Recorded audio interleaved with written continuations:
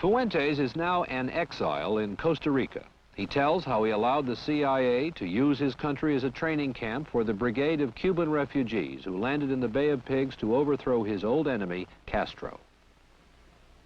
It was very difficult to get the connection until the beginning of 1960.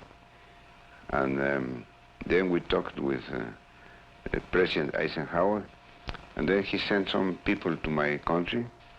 Of course, they were not military men, they were civilians. They presented me some credentials. The credentials were from the CIA. I have never seen them before. And they asked me not to ask for principal names, only for first names, as Peter, John, James. The most difficult of the problem was to look for a place where no spies and pressmen went to see how they were doing. And Mr. Alejos offered his coffee plantation, a farm called Helvecia. We denied, as usual, all these organizations saying that it was only rumors and it doesn't exist any camp. And they built some roads in order to reach these hidden places, and they built some small barracks in wood. But we gathered there near 2,000 young men, very enthusiastic, with very good trainers.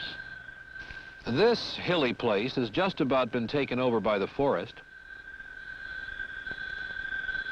This was the campground of the proud and optimistic Cuban brigade, recruited, paid, trained, supplied by the CIA and perhaps the largest covert operation in the history of subversion.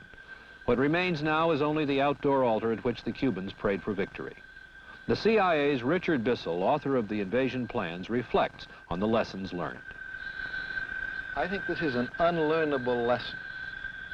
In any future operation of this kind, again, there is going to be an operator. His eyes are going to be fixed on the success of the operation.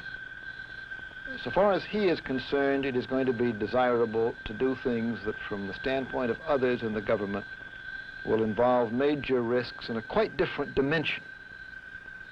There is always going to be this incredibly difficult choice, and if it's an important issue, it's going to be in every case, as it was then, the president's choice.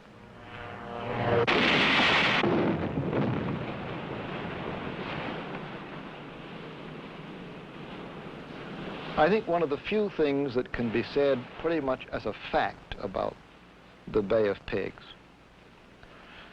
is that although it might have failed, the invasion might have failed in any one of a number of ways, it did in fact fail because the battle was lost in the air.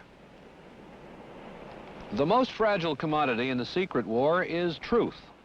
This CIA transport is a relic of our Cuban crusade. Shot up while dropping supplies over Cuba, its American crew crash-landed on this Guatemalan beach. At about that time, Washington was insisting that no Americans were involved.